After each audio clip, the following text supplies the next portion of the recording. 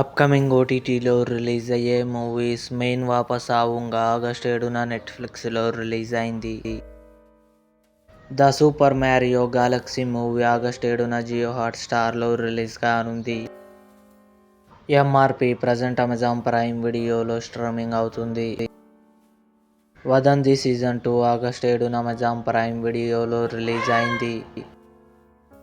హార్టిన్ coming soon Amazon Prime వీడియోలో release కానుంది. Welcome to the Jungle August 21న నెట్ఫ్లిక్స్లో రిలీజ్ కానుంది.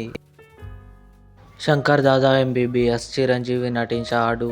ఆగస్టు 22న థియేటర్లో రిలీజ్ కానుంది. The India story Shreyas Talpade, Kajal Agarwal కలిసి నటించారు.